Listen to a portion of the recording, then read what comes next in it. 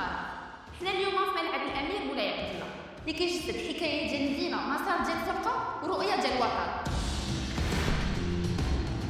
من 1983 وهو كيشهد على اللحظات التاريخيه من كاس افريقيا 88، نهائيات الافريقيه مع الجيش الملكي، وكاس العالم للانديه والماتشات ديال المنتخب. الملعب كان ديما القلب النابض ديال العاصمه ومعقل ديال الاسود اللي ديما جمعنا، وغدا غيرجع وغيجمعنا بنفس الروح.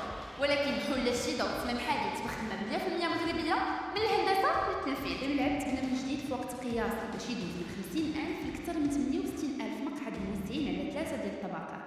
لا بيست داتليتيزم اللي كانت هنا تحيدات باش الجمهور يقرب من لاكسيون، وماشي غير الشكل اللي تبدل، حتى نظام الصوت والاضاءه اللي موزعين بدقه باش كلشي يعيش تجربه فريده. كاين 2 زيكران جيون و 4 زيكران ليد اللي دايرين بالمدرجات كاملين اللي حتى هما تعاودوا تصميم جديد.